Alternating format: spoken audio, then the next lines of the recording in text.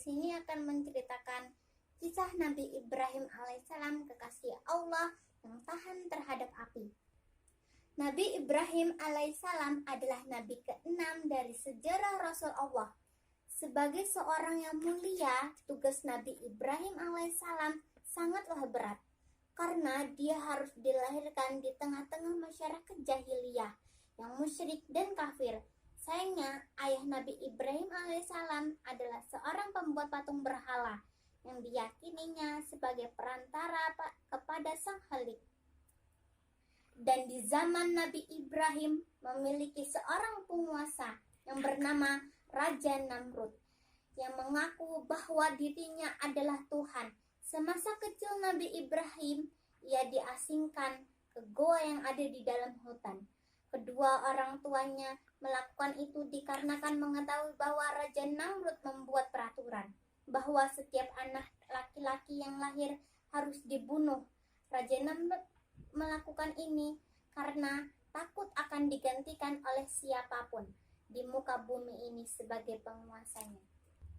Saat Nabi Ibrahim dewasa, ia pun kembali ke tengah-tengah masyarakat musyrik dan kafir itu. Betapa terkejutnya Ibrahim ketika ia melihat banyak berhala yang berada di mana-mana. Bahkan di rumah ayahnya pun ia melihat banyak sekali berhala. Tidak dipungkiri karena ayah Ibrahim seorang pembuat berhala. Lama-kelamaan Nabi Ibrahim bertanya-tanya, di mana Tuhan itu? Mana yang dinamakan Tuhan? Kemudian Allah memberikan mukjizat kepada Nabi Ibrahim berupa pemikiran cerdas, kritis, sekaligus mengutusnya sebagai penyampai keberadaan Allah Subhanahu wa Ta'ala selama ini. Berkali-kali bertanya-tanya, sebenarnya siapa Tuhan? Apakah Raja Namrud yang berkuasa Tuhan? Lalu Ibrahim melihat matahari, bulan, dan bintang, menginginkan benda-benda itu Tuhan. Saat malam tiba, mereka terbenam. Lalu ia berkata, aku tidak akan bertuhan kepada benda-benda itu. Lalu Allah berfirman pada surat Al-An'am ayat 76-79. Telah gelap, dia melihat sebuah bintang dan berkata, inilah Tuhanmu. Tetapi tatkala bintang itu tenggelam, dia berkata, saya tidak suka kepada yang tenggelam. Kemudian tatkala dia melihat bulan terbit, dia berkata, inilah Tuhanku. Tetapi setelah bulan itu terbenam, ia berkata, sesungguhnya jika Tuhanmu tidak memberi petunjuk, maka aku termaksud orang yang sesat. Kemudian tatkala ia melihat matahari terbit, dia berkata, inilah Tuhanku. Dia lebih besar. Maka saat ia melihat matahari terbenam, ia berkata, hai kaumku, sesungguhnya aku berlepas diri daripada yang kamu persekutukan.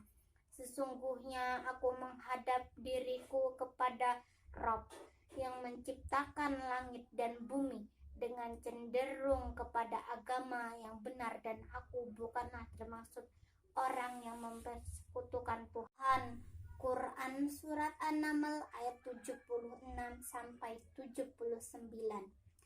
Sejak saat itu Ibrahim meyakini bahwa bukan itu Tuhan semesta alam. Lalu Allah membisikkan pada Ibrahim mengajak semua orang untuk menyembah Allah, bukan berhala jagat raya dan semuanya isinya, serta hukum yang berlalu di dalamnya. Paham akan bukan berhala Tuhannya, lalu Ibrahim merencanakan untuk Raja Namrud. Pada suatu hari, Raja Namrud dan sebagian besar rakyatnya pergi keluar kota untuk beberapa hari. Lalu Ibrahim langsung memasuki tempat itu dan menghancurkan semua berhala. Walau ia tahu ayahnya lah yang membuatnya, dan ia hanya menyisakan satu berhala saja, berhala yang paling besar, dan menaruh kapak yang ia gunakan untuk menghancurkan berhala-berhala itu. Saat Raja Namrud pulang, betapa terkejutnya ia melihat kondisi tempat itu dan berkata, siapa yang melakukan semua ini? Dan seorang pemuda menjawab, Ibrahimlah yang melakukan ini. Lalu Raja Namrud memanggil Ibrahim dan berkata, apakah kau melakukan ini? Tidak, Ibrahim menjawab. Lalu kenapa bukan? Bukankah engkau yang ada di sini semenjak kami pergi, dan bukankah kau benci dengan berhala-berhala ini? Kata Namrud, ya aku memang benci dengan berhala ini, tapi kukira berhala itu yang melakukan semua ini. Jawab Ibrahim, mana mungkin berhala melakukannya. Jawab Namrud, nah itulah, lalu kenapa kalian menganggap bahwa berhala adalah Tuhan kalian? Jawab Ibrahim dengan rasa kesal. Namrud pun menghukum Ibrahim dengan membakarnya hidup-hidup. Saat Ibrahim dibakar, Raja Namrud pun tertawa dengan rasa puas.